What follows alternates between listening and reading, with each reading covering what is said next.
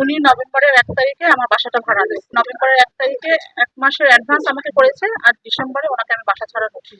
যখন বাসাটা ভাড়া নেয় তখন আমার কাছে বলেছে যে আমি এনজিওতে চাকরি করি। ওনারা হাজবেন্ড ওয়াইফ, সাথে একটা ছেলেও ছিল, সবসময় আসা যাওয়া ওনার সাথেই থাকতো। আমরা তো মনে করেছি হাজবেন্ড ওয়াইফ, এখন তো শুনতেছি নাকি হাজবেন্ড ওয়াইফ না। রড সিমেন্ট বালি পাহারা দেওয়ার জন্য আমার হাজবেন্ডকে অনেক রাত পর্যন্ত এখানে থাকতে হয়েছে। তো থাকলে তখন দেখে যে ওনার ঘরে বিভিন্ন রকম ছেলেরা, পুরুষ ছেলেরা আসা যাওয়া করে ওই মেয়েটার ঘরে। তা আমার হাজবেন্ড জিজ্ঞেস করছে যে এরা কারা। তখন উনি বলছে যে আমার চাচাতো মামাতো, মানে বিভিন্ন রকম ভাই বলে। তো তারপরে আমাকে যে বললে, আমি বললাম যে তুমি তাহলে কাজ করো, বাসা ছাড়া নোটিশ, মেয়েটাকে বলো যে বাসা ছাড়ার নোটিশ। এই ৩০ তারিখে বাসা ছাড়ার কথা ছিল, এর ভিতরে তো এই ঘটনা। ঘটনাস্থল বের করার জন্য আমরা অনেক চেষ্টা করি।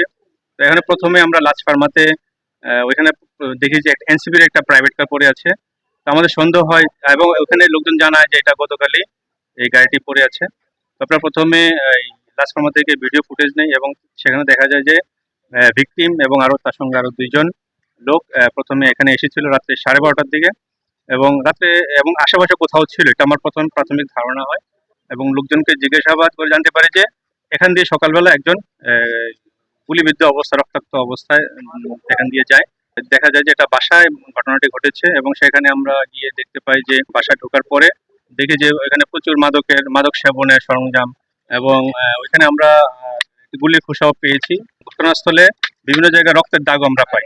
তো আমরা কনফার্ম হই যে ঘটনাটি ঘরের ভিতরে হয়েছে, এবং ঘরের ভিতরে যারা ছিল, রাতে ছিল এবং সকালেও ছিল, ওদের অন্তঃকন্দলের কারণে ঘটনাটি ঘটেছে। এবং কারা কারা এবং কি কারণে এই ঘটনাটি ঘটেছে আমরা সেটা তদন্ত করছি। আমাদের সঙ্গে ডিবির টিম এবং অন্যান্য সিআইডি অনেকে কাজ করছে, এবং আমরা আশাবাদী যে আমরা এই ঘটনাটি রহস্য উদ্ঘাটন করতে পারবো এবং প্রত্যেক আসামিকে ধরতে পারবো।